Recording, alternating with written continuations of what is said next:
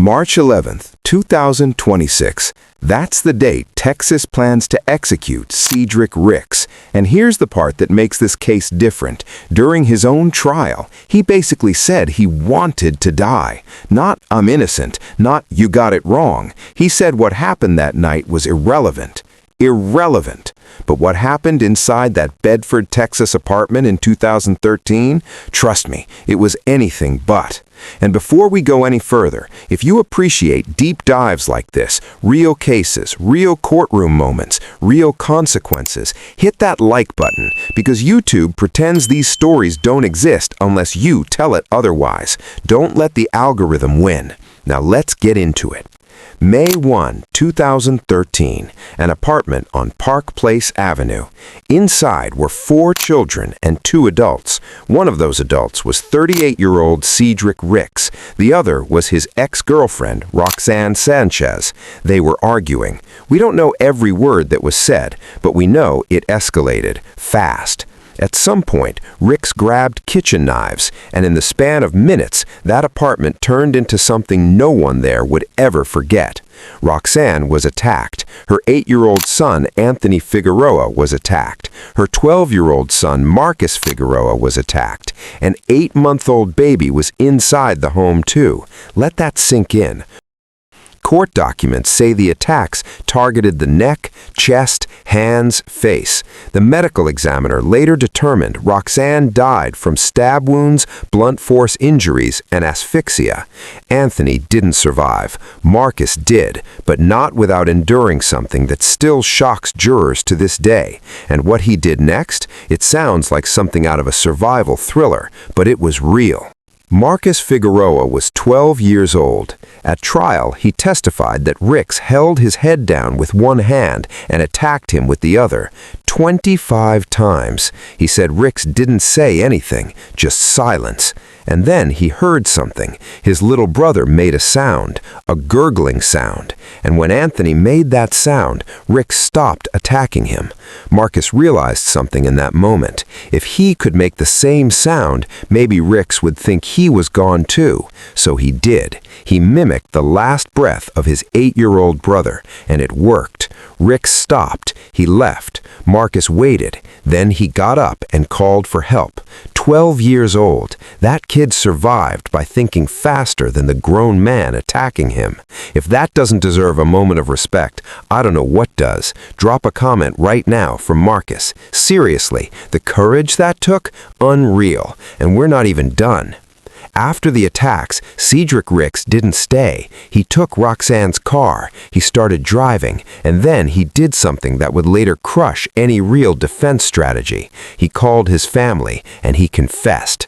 Police traced the cell phone signal. It led them to Garvin County, Oklahoma. He was arrested there. While in jail in Oklahoma, reports say he was assaulted by other inmates. It's unclear whether that was because of his charges or something else, but either way, once he was extradited back to North Texas, Ricks asked to be housed alone. He said he was afraid for his safety. That detail sticks with people, because the 12-year-old he attacked, he didn't get protective isolation from anything. Now here's where things move fast, really fast. When Ricks went to trial for capital murder in 2014, prosecutors laid out the evidence, the survivor's testimony, the medical findings, the confession, and the jury. They needed less than an hour to convict him. Less than an hour. That's barely enough time to reheat leftovers. 7 hours later, they returned with a death sentence. But here's the twist. During the punishment phase, Ricks testified, and he didn't deny what happened. He didn't offer some dramatic courtroom monologue about innocence. He said maybe things would have been different if he'd testified earlier. He said what happened that night was irrelevant, and then he said something that stunned the courtroom. He wanted to die. Now pause. When someone sentenced to death says they want it, what does that mean? Remorse? Resignation? Manipulation? Hopelessness? People still debate that, but the defense wasn't done. They had one more card to play. The defense called a neuroscience researcher. Dr. Jeffrey Levine reviewed images of Ricks's brain. He testified that one area, the putamen, was larger than average. According to Levine, enlarged putamens have been associated with increased aggression. In other words, the argument was that Ricks's brain may have predisposed him to violent behavior. That doesn't mean it forced him, but it might have influenced him. His mother also testified. She spoke about his early behavioral problems, counseling attempts, discipline, efforts to help him. She said they never imagined he would be in a position like this. And here's where the conversation gets complicated.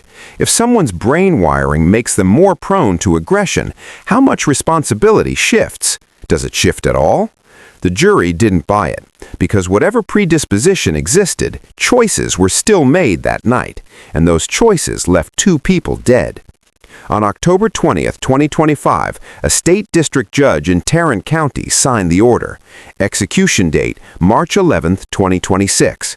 Ricks had exhausted his legal appeals. No stays in place. Texas plans to carry out the sentence using pentobarbital at the Huntsville Unit. For context, the last Tarrant County capital defendant executed before this was Stephen Nelson. Texas continues to enforce the death penalty, and every case reignites debate. Some argue execution is justice. Others argue it's the state committing violence in response to violence. This case, it adds layers because of the survivor, because of the confession, because of the brain testimony, and because Ricks himself said he wanted death, which raises another uncomfortable thought. Is execution a punishment if the person accepts it? Let me know what you think in the comments. I read them, and these conversations matter. There was an 8-month-old baby in that apartment, Isaiah. He was not harmed. Marcus survived. Anthony did not. Roxanne did not. One child outsmarted death. One child lost his life. And one man now waits in a cell for March 11th, 2026. You can debate capital punishment all day. You can debate neuroscience. You can debate courtroom strategy. But you cannot debate what that 12-year-old endured. And that's what sticks. That's what people remember. If you've made it this far, first of all, respect. This isn't easy content. And second, hit subscribe, because stories like this deserve to be told with context, not headlines. We're building one of the most informed true crime communities on this platform. Don't watch from the sidelines. Join it. When Ricks told the jury that what happened that night was irrelevant, maybe he meant something else. Maybe he meant nothing he could say would undo it. Maybe he meant the outcome was inevitable. Or maybe he didn't want to relive it. But for Marcus, for the surviving family, it will never be irrelevant.